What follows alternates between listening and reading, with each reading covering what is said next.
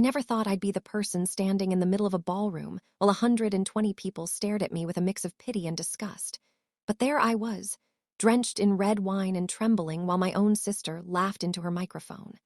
The worst part wasn't even the ruined dress or the public humiliation. It was looking over at my parents' table and seeing them doubled over with laughter, treating my absolute devastation like the highlight of the wedding entertainment. I need to know, was I wrong for what I did next? Or would you have burned every bridge too if your family showed you exactly how little you meant to them on the biggest stage possible? Please tell me if I'm the villain here, because by the time the night ended, the police were involved, the marriage was in tatters, and I was being called a family destroyer. To understand how we got to that disastrous reception, you have to understand the dynamic between my sister, Chloe, and me. Chloe is 2 years older, and for as long as I can remember, she has been the golden child, the miracle baby, and the undisputed protagonist of my parents' lives. I was the happy accident who mostly just took up space. Our parents, Susan and Mark, didn't just favor her, they worshipped her. If Chloe wanted piano lessons, she got a grand piano. If I wanted to try soccer, I was told we couldn't afford the cleats. This pattern followed us into adulthood. Chloe went to an expensive private university on their dime while I worked 2 jobs to put myself through community college. I didn't mind the struggle, honestly. It made me independent, but the emotional gap was what really hurt. They celebrated her promotions at a mid-level marketing firm like she'd won a Nobel Prize, while my success in opening my own boutique bakery was met with comments about how unstable the food industry is. When Chloe got engaged to Mark, a genuinely kind and successful software engineer, the favoritism went into overdrive.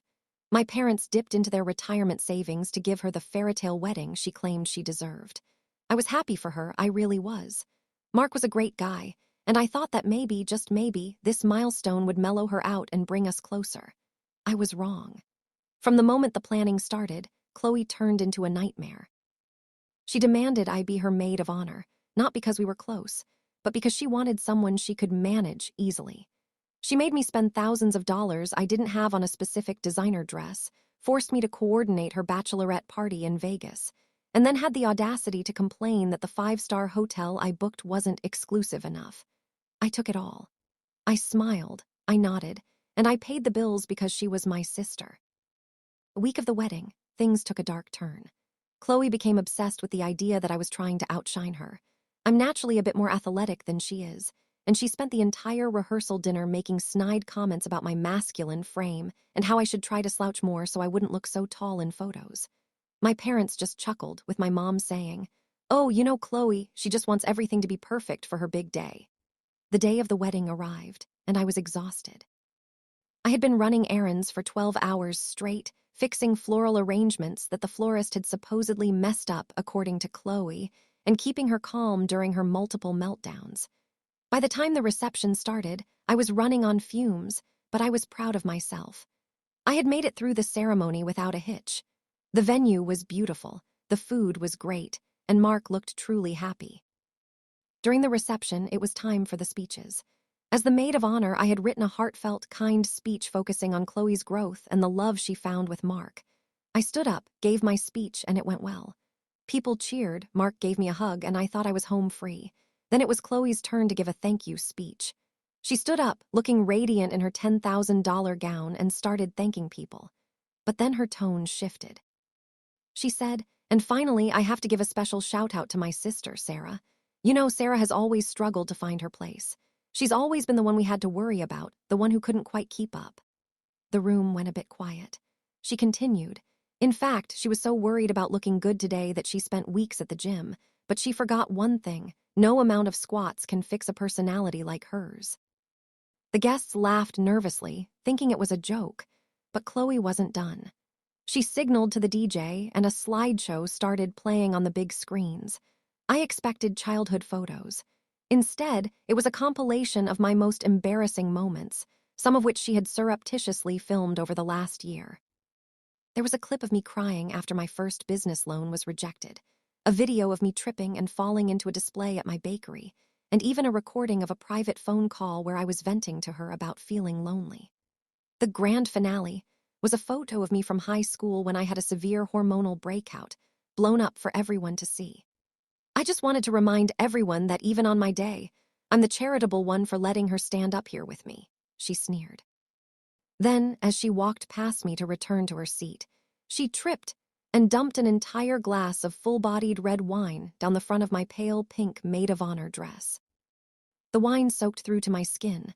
I stood there, gasping, the cold liquid dripping off my chin.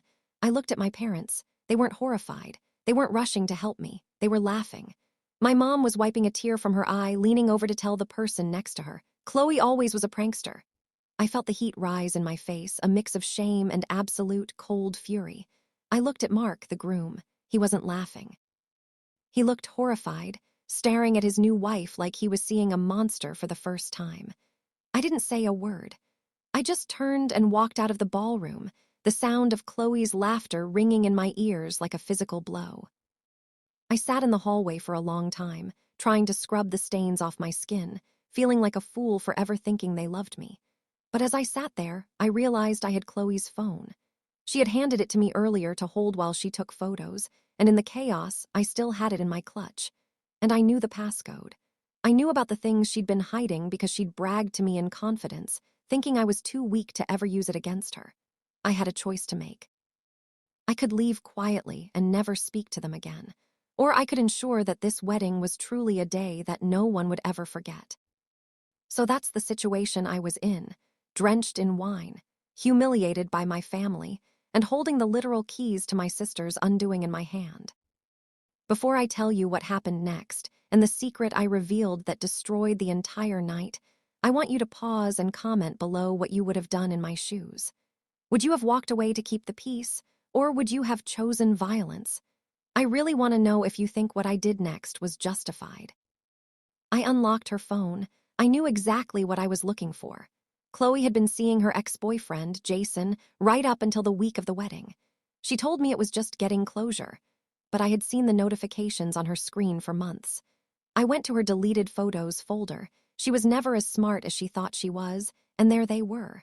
Time-stamped photos from 3 days ago.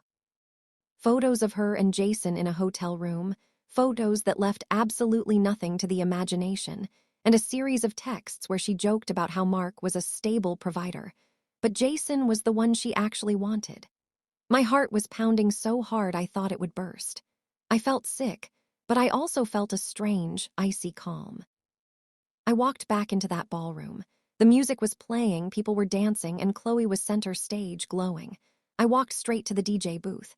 He tried to stop me, but I looked him in the eyes with such pure rage that he backed off. I plugged Chloe's phone into the auxiliary cord that was connected to the projector system. "Attention, everyone!" I shouted into the microphone, my voice echoing through the hall.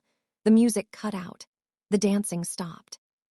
My parents looked up, their smiles fading into confusion. "I'd like to offer one more toast to the happy couple," I said, my voice steady. "My sister wanted to share some memories earlier, so I thought it was only fair that I shared some of her more recent ones. Chloe always says she wants everything to be perfect and transparent, so here is the real Chloe." I hit play.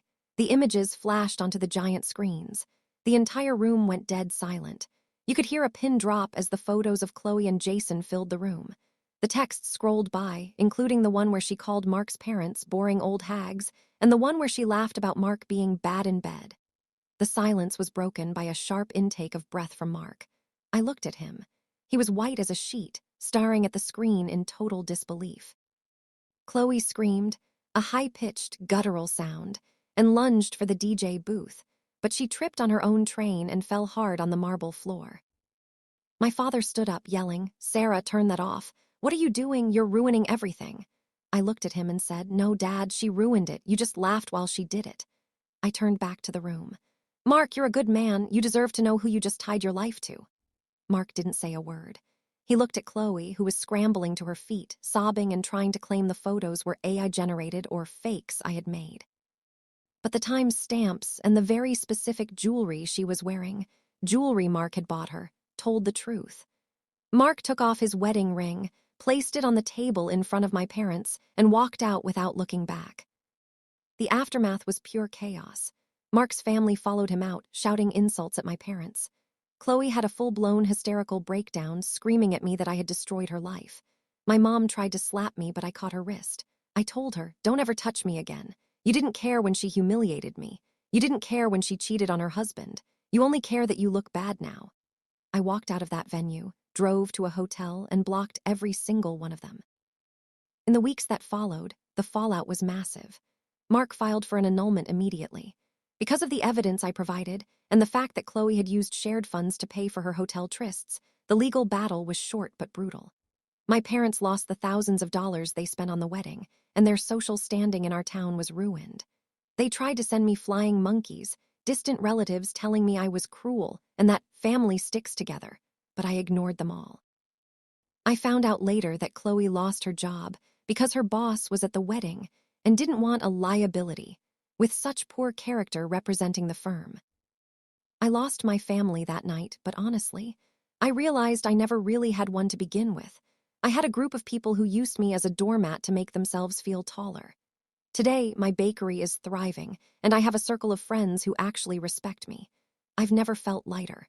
Looking back, I don't regret a single second of what I did. They wanted a show, and I gave them one they'll never forget. If you think I was right to expose the truth after being pushed to my limit, like this video, and let me know your thoughts. Do you think there's ever a way back from something like this, or is the bridge permanently burned? Subscribe for more stories where the underdog finally bites back, and share your final thoughts on this whole mess in the comments section below. I'll see you all in the next story.